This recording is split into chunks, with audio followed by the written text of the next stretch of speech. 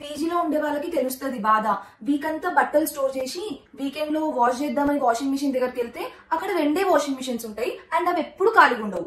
సరే washing machine ముందు line లో బకెట్ పెట్టి మళ్ళీ వద్దామని రూమ్కి వెళ్తే మధ్యలో ఎవరో ఒకరు వచ్చి వాషింగ్ మిషన్ బట్టలు వేసేసుకుంటారు. అసలు అప్పుడప్పుడైతే అక్కడనే వెయిట్ చేస్తుండే నేను ఆ వాషింగ్ మిషన్ ఖాళీ అయ్యేంత వరకు. ఎంత టైం వేస్ట్ అవుతుండేనో అసలు. ఇట్లా కాకుండా పీజీ వాళ్ళు అక్కడ వాషింగ్ మిషన్ దగ్గర ఎవరైనా మనిషిని పెడితే ఆయన మనం వాషింగ్ మిషన్ ముందు ఏదైతే ఆర్డర్ లో బకెట్స్ పెడతామో ఆ ఆర్డర్ లో బట్టలు వాషింగ్ మిషన్ లో వేయాలి, మనం అక్కడ ఉన్నా లేకపోయినా. ఇట్లా పీజీ వాళ్ళు సర్వీస్ ప్రొవైడ్ చేస్తే ఎంత బాగుంటది కదా. దీన్నే మెసేజ్ క్యూయింగ్ అంటాము. సాఫ్ట్వేర్ సిస్టమ్స్ లో కూడా సిమిలర్ కాన్సెప్ట్ ఉంటది.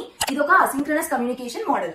ఈ మెసేజ్ క్యూయింగ్ సిస్టమ్ లో producer, queue, consumer, message broker ఇవి టర్మ్స్ అన్నమాట. ప్రొడ్యూసర్ అంటే హూ ఆర్ ప్రొడ్యూసింగ్ టాస్క్స్. ఇక్కడ మన అనాలజీలో టాస్క్స్ అంటే బట్టలు ఎవరు ప్రొడ్యూస్ చేస్తున్నారు? Who are staying in PG అంటే మనము ప్రొడ్యూసర్స్. క్యూ అంటే ఏంటి? వాషింగ్ మిషన్ ముందు మనం పెట్టే ఆ buckets line queue. Okay, next consumer అనేవాడు వాషింగ్ మిషన్ దగ్గర ఒక పీజీ అన్న నిల్చుంటాడు కదా, ఎవరైతే బకెట్ లైన్ బై లైన్ తీసి ప్రాసెస్ చేస్తాడు అంటే వాషింగ్ మిషన్ లో బట్టలు వేస్తాడు, అతను కన్స్యూమర్. మెసేజ్ బ్రోకర్స్ అంటే ఎవరైతే మనకి complete message queuing system provide చేస్తున్నారో వాళ్ళు, like producer, consumer, queuing setup provide చేసే వాళ్ళు. ఇక్కడ పీజీ మేనేజ్మెంట్ అనేది మెసేజ్ బ్రోకర్స్ అనుకోవచ్చు. ప్రొడ్యూసర్ టాస్క్ ని తీసుకెళ్లి, టాస్క్ అంటే ఇక్కడ బకెట్ ఆఫ్ క్లోత్స్ ని తీసుకెళ్లి క్యూ లో పెడతాడు. కన్స్యూమర్ ఆ క్యూలో నుంచి టాస్క్ ని పిక్ చేసి దాన్ని ప్రాసెస్ చేస్తాడు. ఓకే, అంటే ఇక్కడ మనకి ఆ క్యూలో నుంచి బకెట్ ని తీసి బట్టలు వాషింగ్ కి వేస్తాడు, ప్రాసెసింగ్ కి.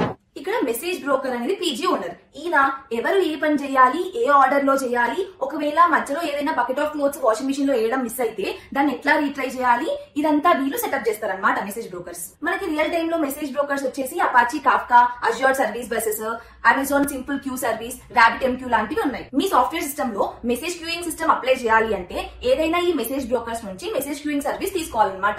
మెసేజ్ క్యూస్ మనకి మోస్ట్లీ ఎట్లాంటి యాప్స్ లో యూస్ఫుల్ అవుతుంది అంటే ఈ కామర్స్ వెబ్సైట్స్ లో యూస్ఫుల్ అవుతుంది. మనం ఇప్పుడు అమెజాన్ లో ఆర్డర్ పెట్టినప్పుడు బ్యాక్ ఎండ్ చాలా జరగాలి.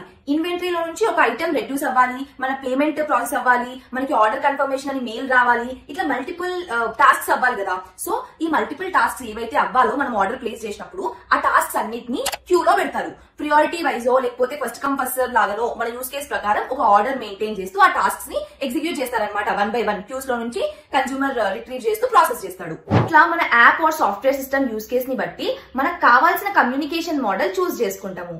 ఈ వీడియోతో we finished most famous communication models in software systems.